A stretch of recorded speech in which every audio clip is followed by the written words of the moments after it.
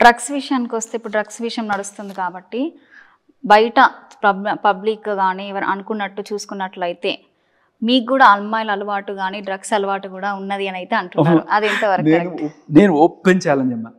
నేను ఇప్పటికీ అడుగుతున్నా, లావణ్య ధైర్యంగా వచ్చి బ్లడ్ టెస్ట్ చేయించుకోగలరా? నేను చేయించుకుంటా రైట్ నౌ. గంజాయే కాదు, సిగరెట్ కానీ మందు కానీ నా బ్లడ్లో ఉన్నట్టు తెలిస్తే మీరేం చెప్తారు? ఇప్పుడే రెడీ, వచ్చి తీసుకోమనండి. I am ready. So any time నాకు ఏ హ్యాబిట్ ఉందన్నా సరే, మందు, సిగరెట్, గంజా ఏదైనా టెస్ట్ చేసుకో. I'm ready. మీరు రెడీయా?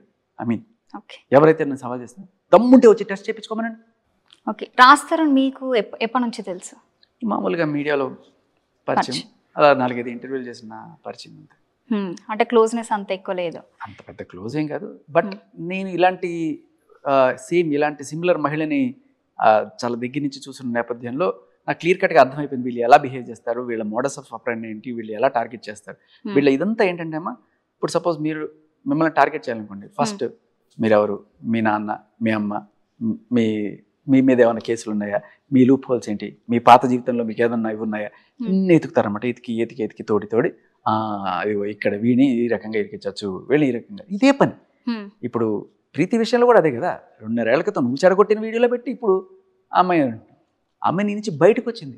That's great. సో అదే అంటున్నా. సో ఇదంతా నేను గమనించిన నేపథ్యంలో రాజ్ తరుణ్కి I extend my support. Okay. అంటే మీరు మొన్న రీసెంట్గా ప్రీ రిలీజ్ ఈవెంట్కి కూడా వెళ్ళారు, అక్కడ ప్రసాద్ ల్యాబ్ దగ్గర. అక్కడికి కూడా లావణ్య రావడం జరిగింది. అసలు అక్కడ ఏం జరిగింది ఆ రోజు? అప్పటికి రిలీజ్ ఈవెంట్ అయిపోయి నేను వెళ్ళిపోయానమ్మా. నేను వెళ్ళిపోయాను, రాజ్ తరుణ్ కూడా వెళ్ళిపోయాడు. యాక్చువల్గా నేను ముందుగానే బయటకు వచ్చేసాను. ఎందుకంటే నేను ఎప్పుడు కూడా జీవితంలో అంత మీడియాని ఫేస్ చేయలే. ఏదో ఇలా ఇస్తున్నాను కానీ నేను అంత ఉంటుందని కూడా అనుకోలేదు.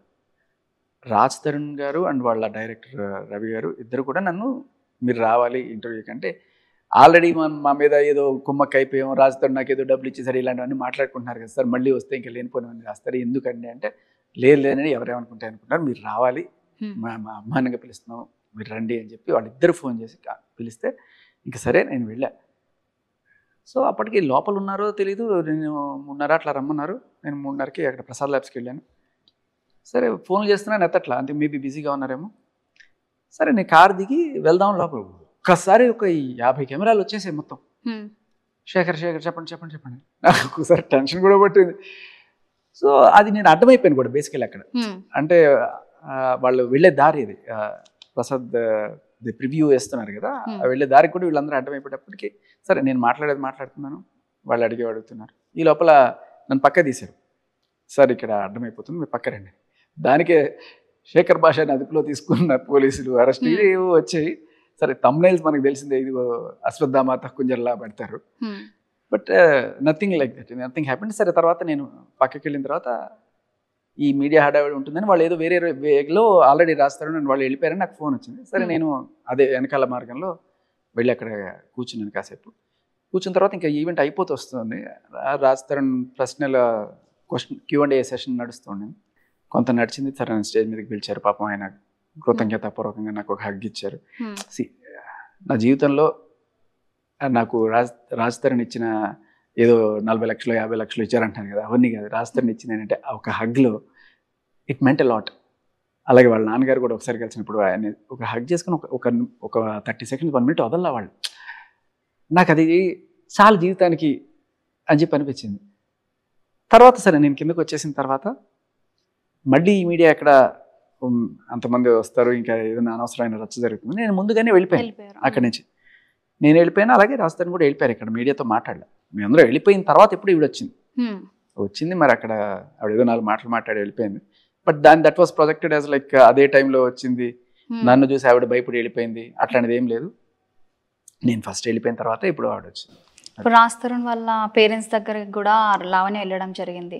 సో వాళ్ళు కూడా వెళ్ళి కంప్లైంట్ పెట్టడం కూడా జరిగింది. అదే మోడస్ ఆఫ్ ఆపరెండి. మీరు గమనించండి, ఎలా అయితే రాజ్ తరుణ్ వాళ్ళ అమ్మ నాన్న ఇంటికి వెళ్ళి దబ్బా తలుపులు బాది ఇచ్చేసిందో, అలాగే మొన్న స్టూడియోలో వచ్చి దబ్బా తలుపులు బాది రా బయటికి. సో అంతే, అదే పని. ఎక్కడికైనా సరే ఇలాగే వెళ్ళి మేము గొడవ చేస్తాం. అండ్ ఆ రోజున ఆవిడతోడు కొంత ఛానల్ ప్రతినిధులు కొంతమంది కెమెరాలు వేసుకొని వచ్చారు. ఇవాళ కొంతమంది గోండాలు వచ్చారు, అంతే తేడా. ఓకే, ఆ రోజు తనే కెమెరాని పిలిపించుకుందంటారు ప్రసాద్ ల్యాబ్ దగ్గర. ఇప్పుడు పిలిస్తే రాకుండా ఎవరు ఉంటారమ్మా? ఆవిడ ఏదో హార్ట్ డిస్కషన్ నడుస్తుంది ఆవిడ పేరు మీద. మన వాళ్ళకి సొల్యూషన్ కన్నా సెన్సేషనే కావాలి, అంతే కదా. ఈ ఒక అటాక్ మీ దగ్గర మీకు జరిగినప్పుడు రాజ్ తరుణ్ గారు మీకు కాల్ చేయడం కానీ మాట్లాడడం కానీ జరిగింది. నేను యాక్చువల్గా నేను బౌన్సర్స్ని సెక్యూరిటీని పెట్టుకునేంత స్తోమత లేదు. ఏదో I'm having a decent income, నేను నా ఫ్యామిలీని చూసుకోవడానికి తప్ప నాకు మేబీ రాజ్ తరుణ్ అంత రేంజ్ అయితే లేదు. నేను ఆ రోజున ఇమ్మీడియట్గా హాస్పిటల్కి వెళ్ళడం కన్నా ముందు వీళ్ళు మా ఇంటికి వచ్చి ఏమైనా అటాక్ చేస్తారేమో అని ఒక భయం వేసింది. సో తర్వాత నేను అలాగే రక్తాలు గారుకుంటూనే ఇంటికి వెళ్ళా.